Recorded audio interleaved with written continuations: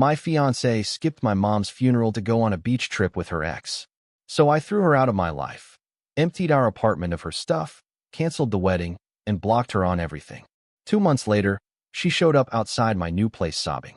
I, 28, male, was standing in the front row of my mother's funeral when I discovered my fiancée had lied to me. I had been with Lisa, 27, for 3 years, engaged for 8 months. We talked about children, about growing old together, about building the life my parents had built. My mother loved her, treated her like the daughter she never had. The day before the funeral, Lisa sat me down in our living room. Her face was serious, concerned. She said her sister in Phoenix was having a crisis. A bad breakup. Needed her immediately. I was exhausted. Raw. My mother had died 2 days earlier after 8 months of fighting cancer that had spread too fast, taken too much. Can it wait 2 days? I asked. Just until after the funeral? Lisa's hand touched mine. Baby, she needs me now. You understand, right? Your family will be there for you. I said okay. What else could I say? Thursday morning arrived. The funeral home was cold, filled with flowers and quiet crying. I sat in the front row between my father and my sister Amy. The pastor stood at the podium, reading the eulogy my father had written about my mother's kindness, her strength, her laugh that filled rooms. My phone vibrated in my pocket. I shouldn't have checked it. But grief does strange things. Makes you reach for distraction, for anything that isn't the coffin 10 feet in front of you. Instagram notification. Lisa had posted a story. I opened it. The photo loaded slowly. Turquoise water. A poolside lounge chair. Her legs, toes freshly painted red. A cocktail glass with a little umbrella. The caption, finally breathing again. My stomach dropped. I swiped. Another story, posted 3 minutes later. Lisa in a black bikini. A man's arm around her shoulders. Both of them smiling. I swiped again. 11:47 a.m. The timestamp burned into my brain. The pastor was still reading my mother's eulogy. The third photo showed the man's face clearly. Kyle, her ex-boyfriend. The one she dated for 2 years before me. The one she said ended amicably, stayed friendly, nothing to worry about. Location tag at the bottom. Cabo San Lucas, Mexico. Not Phoenix. Not her sister. Cabo. With her ex. While I sat at my mother's funeral, I sat through the rest of the service with my phone in my pocket and my face frozen in calm. People hugged me afterward. Told me they were sorry. Said my mother was in a better place. I nodded. I thanked them. But I had already decided exactly what I was going to do. But to understand why this cuts so deep, you need to know who Lisa was before that morning. We met 4 years ago through mutual friends at a birthday party in West Hollywood. She worked in marketing for a skincare company. Bright. Confident. She had this way of talking about her dreams like they were destinations she could see on a map. We dated for 3 years before I proposed. Took her to the beach in Malibu at sunset, the place we'd gone on our 3rd date. She cried when I got on one knee. Said yes before I even finished asking. My mother was the first person we told. She pulled Lisa into a hug and said, "Welcome to the family, sweetheart." Lisa had broken up with Kyle 2 months before we met. She said it was mutual, amicable. They'd grown apart, wanted different things. He still liked her photos on Instagram sometimes. I never thought about it. Our relationship seemed solid. We moved into an apartment in Silver Lake 18 months ago. 2 bedrooms, $2,400 a month split down the middle. We talked about the wedding, about honeymoon destinations, about names for future children. Then my mother got sick. The diagnosis came 8 months ago. Stage 4 pancreatic cancer. The doctors gave her 6 months to a year. She lasted 8. Lisa was supportive at first. She visited the hospital with me. Brought flowers. Sat with my mother while I talked to doctors in hallways about treatment options that weren't really options. But over the last 2 months, she changed. She stopped coming to the hospital. Said the visits were too depressing, that she couldn't handle watching my mother fade. I understood. Or I thought I did. Death is hard. Not everyone knows how to face it. My mother died on a Tuesday morning at 7:34 a.m. I was holding her hand. My father was on the other side of the bed. Amy stood at the foot, crying quietly. I called Lisa as soon as I walked out of the room. My voice broke when I said, "She's gone." Lisa's voice was soft. "I'm so sorry, baby. I'll be there as soon as I can." She came to the house that afternoon. Hugged me. Made coffee. Helped my father call relatives. Wednesday evening, the night before the funeral, she sat me down. Her suitcase was by the door. My sister called, she said. She's having a really bad time. Her boyfriend just left her. She's alone and she's falling apart. I need to go to Phoenix tonight. I stared at the suitcase. Something felt wrong, but I was too tired to process it. Can it wait until after the funeral? Lisa shook her head. She needs me now. I'm sorry. I know the timing is terrible, but you'll have your family there. Your dad, Amy, your cousins. You'll be surrounded by people who love you. I wanted to argue, but I was empty, hollowed out. I just nodded. You understand, right? She asked. Yeah, I said. I understand. She kissed my forehead, grabbed her suitcase, and left. Looking back, I should have noticed the beach clothes folded on top when she opened the suitcase to grab her phone charger. I should have noticed the sunscreen bottle tucked into the side pocket. But I didn't. I was burying my mother the next day. I wasn't paying attention. Thursday morning, I stood at my mother's funeral, and I understood everything. The service started at 11:30 a.m. The funeral home chapel was full. Family, friends, people my mother had worked with, neighbors she'd known for 30 years. I sat in the front row. My father's hand gripped mine. Amy was on my other side, tissues pressed to her face. The pastor stood at the podium. He talked about my mother's kindness, how she volunteered at the children's hospital, how she never forgot a birthday, how her laugh could pull you out of the darkest mood. My phone vibrated at 11:43 a.m. I shouldn't have looked, but I did. Instagram notification. Lisa posted a story. The first photo, turquoise water, impossibly blue. A lounge chair by a pool. Her legs stretched out, red pedicure catching the sunlight. A cocktail in a tall glass with a little umbrella. The caption in white text, finally breathing again. My chest tightened. I swiped. Another story, posted at 11:46 a.m. Lisa in a black bikini. Big sunglasses. Smiling.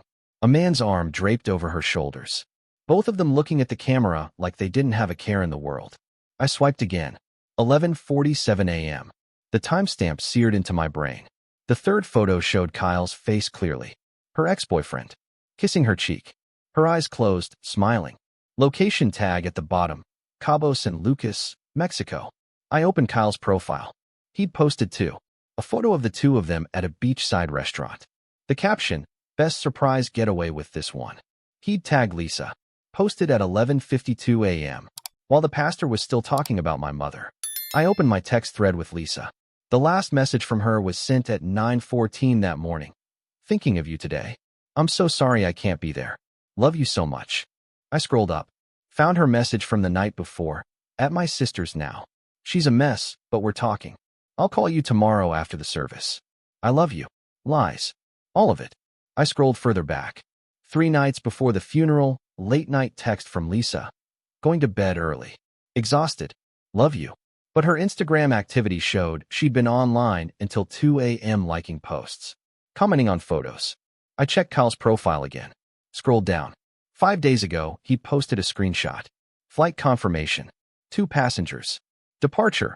Wednesday, 6 a.m. to Cabo San Lucas. 2 days before my mother died.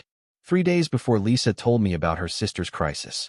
This trip wasn't a last-minute emergency. It was planned. Booked. Coordinated. She'd lied about where she was going. She'd packed a bag for a beach vacation while I prepared for my mother's funeral. And now she was posting photos while I listened to my mother's eulogy. I put my phone away. Stood when the pastor said to stand. Walked to the front when it was time to speak. Read the short passage my father had asked me to read. My voice stayed steady. My face stayed calm. Inside, something had frozen solid. After the service, we drove to the cemetery. Lowered my mother's coffin into the ground. Threw dirt on top like you're supposed to. Listened to more prayers. People hugged me. Said they were sorry for my loss. Asked if I needed anything. I smiled. Thanked them. Said I was okay. At 4:30 p.m., I drove home. The apartment was empty. Lisa's keys sat on the kitchen counter. She'd left them when she went to Phoenix, Wednesday morning. I sat on the couch, opened my laptop, and I started making calls. I called the wedding venue first. The manager answered on the third ring. Her voice was warm, professional. Rosewood Events, this is Diana. This is Michael Garrett, I said. I have a wedding booked for September 18th. Of course, Mr. Garrett. How can I help you? I need to cancel. Silence on the other end. Then, oh, I'm so sorry to hear that. May I ask the reason? My mother died 2 days ago. My fiancé skipped the funeral. The wedding is off. Another pause. Mr. Garrett, I am so sorry. Let me pull up your contract. She put me on hold. 2 minutes later, she came back. Given the circumstances, I'm waiving the cancellation fee. Your $6,800 deposit will be refunded within 7 business days. Thank you, I said. I'm very sorry for your loss. I called the caterer next. Explained the situation. They refunded $4,200. Photographer, $1,800 deposit returned. Florist, $950 refunded. DJ, $600 back. By 6 p.m., I'd recovered $14,350. Then I opened my email. Pulled up the wedding guest list. 87 people. I wrote a simple message.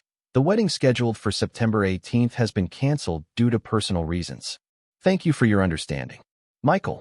I sent it to all 87 guests. Responses started coming in within minutes. Questions, concerns, offers of support. I didn't reply to any of them. Next, I called my landlord. Explained I needed the locks changed immediately. He hesitated. Asked if there was a safety concern. Yes, I said. He sent a locksmith Friday morning at 9 a.m. cost $180. Friday at 10 a.m., my sister Amy arrived. She brought 2 cousins, Marcus and Jenna. They brought boxes and trash bags. You sure about this? Amy asked. I'm sure. We started in the bedroom. Her clothes went into boxes. Shoes, jewelry, toiletries from the bathroom, books from the shelves, decorations she'd hung on the walls. Photos of us together, faces smiling, arms around each other. People who no longer existed. 15 boxes total. We loaded them into Marcus's truck. I rented a storage unit 15 minutes away. $140 a month. We unloaded everything into a 10 by 10 space. Closed the door. Locked it. I gave the key to the building manager of my apartment complex. Left a note. Lisa Martin can retrieve her belongings by providing ID. She has 30 days. After that, items will be donated. Back at the apartment, I opened my laptop. Unfriended Lisa on Facebook. Unfollowed and blocked her on Instagram.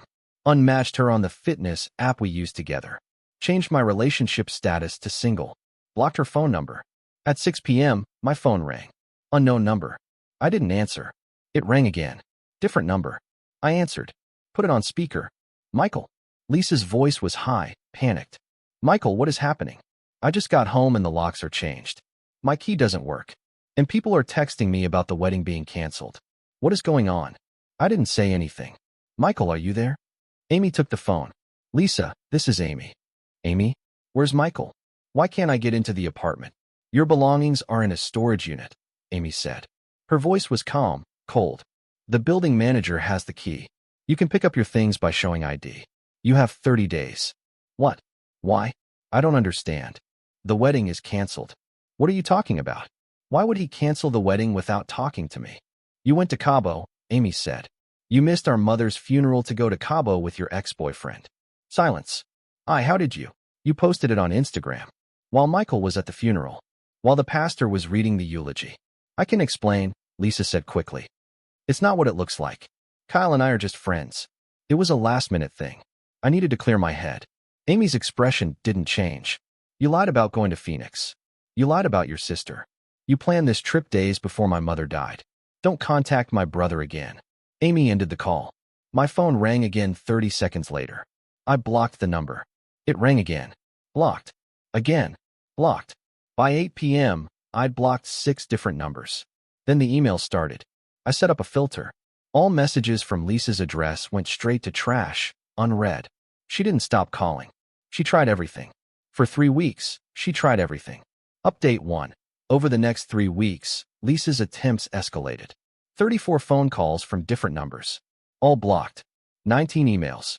All filtered directly to trash. 12 Instagram DMs from new accounts she created. All blocked. She showed up at my office on Monday morning, for days after the funeral. I was at my desk when reception called. Mr. Garrett, there's a woman in the lobby asking for you. Says her name is Lisa Martin. She's very upset. Tell her to leave. She's insisting she needs to speak with you. Tell her if she doesn't leave, I'll file a restraining order. 2 minutes later, reception called back. She's left the building. She called my father. He didn't answer. She called Amy. Amy answered once, said 3 sentences, and hung up. Amy texted me. She called crying. I told her she chose a beach trip with her ex over your mother's funeral. There's nothing to discuss. Lisa tried my cousins. None of them responded. She sent emails. Long ones. I never opened them, but Amy did. Amy showed me excerpts. I made a mistake.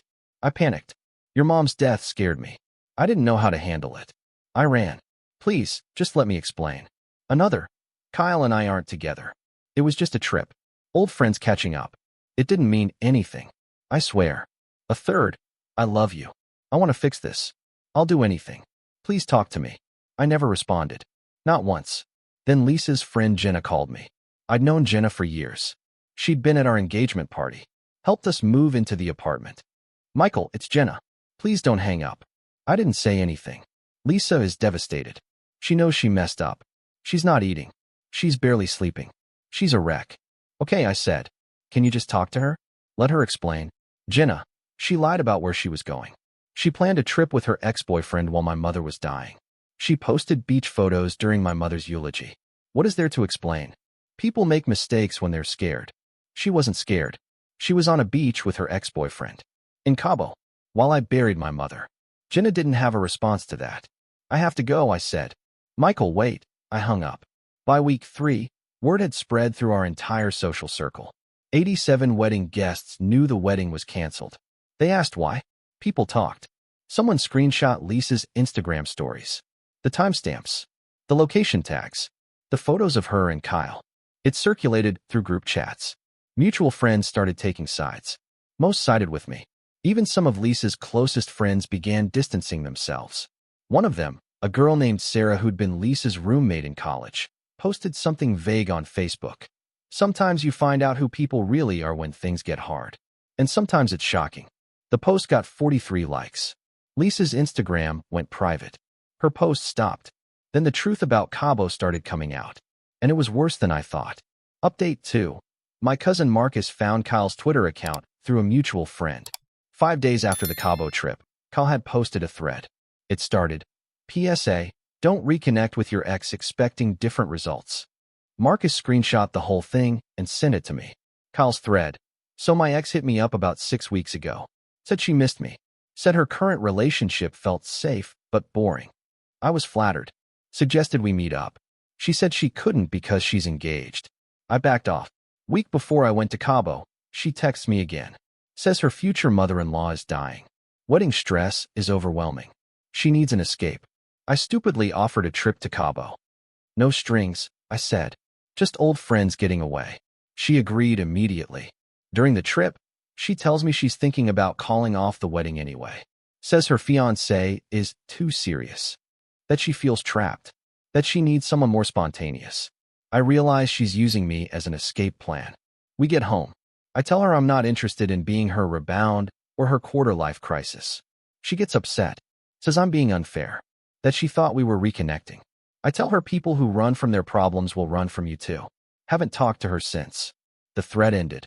Moral of the story, some people haven't changed. They've just gotten better at hiding it.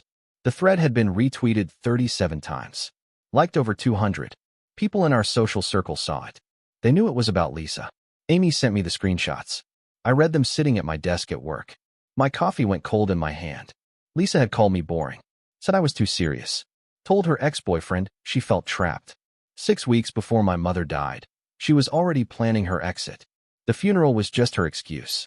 I also learned from Jenna, in a moment of frustrated honesty during another phone call, that Kyle had dumped Lisa 3 days after they got back from Cabo. Lisa had expected Kyle to take her seriously, to start a real relationship again. He'd refused. Told her he wasn't interested. She'd burned our relationship down for a man who didn't even want her. Jenna told me Lisa was now living with her parents in Riverside, 50 miles away. Her job performance was suffering. She was missing deadlines. Calling in sick. Her boss had noticed. Mutual friends stopped inviting her to things. Her Instagram stayed private. She stopped posting entirely. I felt nothing. No anger. No satisfaction. Just cold, empty clarity. She'd revealed who she really was. And I'd responded exactly as I should have. I thought I'd heard the last of her. I moved to a new apartment in Los Feliz. Didn't tell anyone outside my immediate family the address. Started fresh. Then 2 months later, she found me. Update 3. Saturday morning, 9 a.m. I was making coffee in my new apartment. One bedroom in Los Feliz. Quieter neighborhood. No memories. Someone knocked on my door. I wasn't expecting anyone. I looked through the peephole. Lisa. She stood in the hallway. Red eyes. Puffy face. Hair pulled back in a messy ponytail. No makeup. Wearing sweatpants and an oversized jacket. She looked like she hadn't slept in days. I opened the door, but didn't step back. How did you find me? I asked. Her voice was small, broken. I saw Amy at the grocery store last week. I followed her car. My jaw tightened. You followed my sister? I needed to talk to you. Please. We have nothing to talk about. Michael, please. I know I messed up. I know I can't fix it. But just let me explain. You went to Cabo with your ex-boyfriend while I buried my mother. What is there to explain? Tears ran down her face. I was scared. Your mom dying made me realize how short life is. I panicked. I made the worst decision of my life. But I love you. I've always loved you. You told Kyle I was boring, I said. That you felt trapped. That you were thinking about calling off the wedding anyway. Her face went white. He told you that. He posted it. Everyone saw it. I didn't mean it. I was confused. I was overwhelmed. You planned that trip before my mom died. You lied about your sister. You posted photos during my mother's eulogy. None of that was confusion. That was choice. I have nowhere else to go, she said. Her voice cracked. Kyle won't talk to me. My friends won't talk to me. I lost my job last week. I'm living with my parents. Everything fell apart. I don't know what to do. I felt nothing. No sympathy. No anger. Just cold, flat emptiness. That's not my problem, I said. She grabbed my arm. Please. I'll do anything. I'll go to therapy. I'll prove I've changed. Just give me a chance to. I pulled my arm back. Lisa, stop. You chose a beach vacation with your ex over my mother's funeral. You don't get to come back from that. People make mistakes. That wasn't a mistake. That was who you are when things get hard. You run. You lie. You choose yourself. She stood there, sobbing. Mascara from yesterday smeared under her eyes. I stepped back inside. Don't come here again. Don't follow my sister. If you do, I'll file a restraining order. I closed the door. She knocked again. 5 times. Then 10. I didn't answer. After 5 minutes, the knocking stopped. I heard footsteps in the hallway. A car door slamming. An engine starting. I stood on the other side of my door and waited until I couldn't hear her car anymore. I never heard from her again. But I heard about what happened next. Over the next 4 months, I learned what happened to Lisa through occasional updates from Amy and from social media. She stayed with her parents in Riverside. Lost her marketing job 3 weeks after returning from Cabo. Her boss cited performance issues, missed deadlines, attitude problems. She applied to over 40 positions. Got 3 interviews. No offers. Amy heard from a mutual friend that Lisa's references from her old company were lukewarm at best. Jenna, Lisa's best friend, cut contact. She told someone in our friend group. She won't move on. Every conversation is about him. It's exhausting. I can't do it anymore. Lisa deleted her Instagram entirely. Her Facebook went dormant. She disappeared from social media. Amy ran into Lisa's mother at Target one afternoon. Lisa's mother approached her, face tight with embarrassment. I want to apologize, she said, for what my daughter did. Your mother was a wonderful woman. I met her several times. What Lisa did was unforgivable. I'm ashamed. Amy told me that night. I nodded. Didn't say anything. My father ran into Lisa's father at a gas station. They made eye contact. Nodded awkwardly. Neither spoke. Kyle started dating someone new. A nurse. Kind smile. Posted photos of them hiking, at farmers markets, cooking dinner together. He looked happy. Stable. Lisa's therapist, according to Jenna during one final phone call, told her she needed to accept the consequences of her actions and stop trying to force reconciliation. That healing meant moving forward, not backward. Meanwhile, my own life stabilized. The new apartment was peaceful. No ghosts. Work gave me a promotion. Senior analyst. Better pay. More responsibility. I started going to the gym again. Running. Lifting. Got my body back. For months after the funeral, I went on a date. Her name was Rachel. Elementary school teacher. 29. Warm smile. Easy to talk to. On our 3rd date, over dinner at a Thai restaurant, she asked about my previous relationship. I told her the short version. My mother died. My fiancée skipped the funeral for a beach trip with her ex. I ended it. Rachel put down her fork. stared at me. She chose a vacation over your mom's funeral? Yeah, I don't even have words for that. I shrugged. It showed me who she was. Rachel reached across the table, took my hand. You deserved so much better. Something in my chest loosened. Yeah, I said. I did. 6 months after my mother's funeral, I stood at her grave with Rachel beside me. Final closure/resolution, the cemetery was quiet. Morning light filtered through the trees. We brought white lilies, my mother's favorite. Rachel stayed a few steps back, giving me space. I knelt by the headstone, set the flowers down, ran my fingers over my mother's name carved into the granite. Hey, Mom, I said quietly. I brought someone I want you to meet. Well, kind of. Her name's Rachel. She's a teacher. Really kind. Patient. I think you'd like her. The wind moved through the leaves overhead.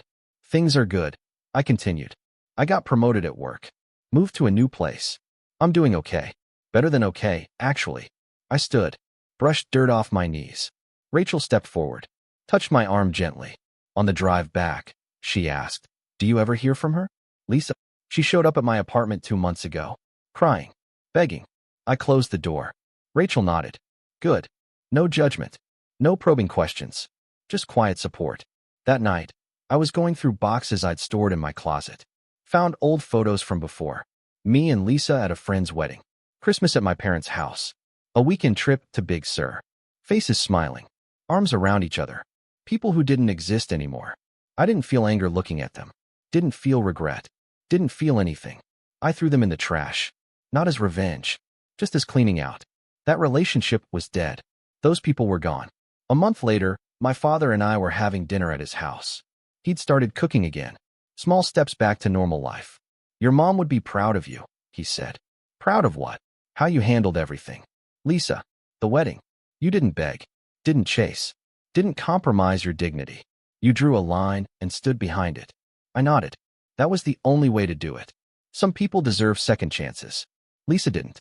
She'd taken my mother's death, my grief, my vulnerability, and chosen a beach vacation with her ex-boyfriend.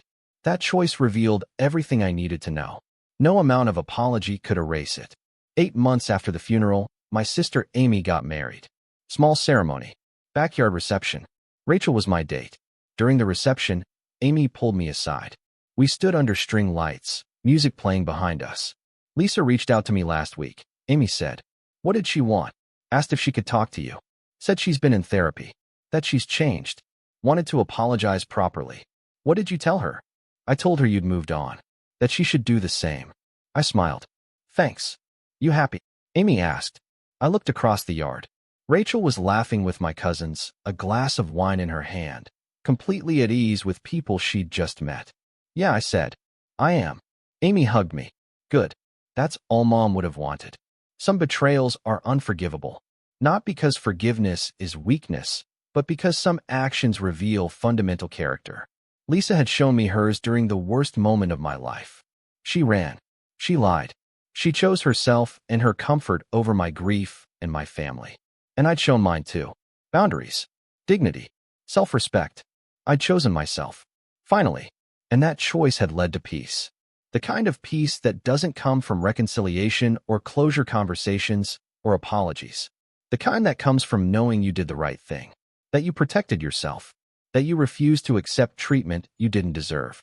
I visit my mother's grave once a month. Sometimes with Rachel. Sometimes alone. I tell her about work. About Amy's wedding. About the new restaurant downtown. About small, normal things. I don't tell her about Lisa anymore. That story is over. Some people build their lives on sand. On lies and convenience and running from hard things. I built mine on something solid. On truth. On boundaries. On choosing people who choose me back. My mother taught me that. Not with words, but with the life she lived. The way she showed up. The way she loved fiercely and expected honesty in return. Lisa didn't understand that. Maybe she never will. But I do. And that makes all the difference.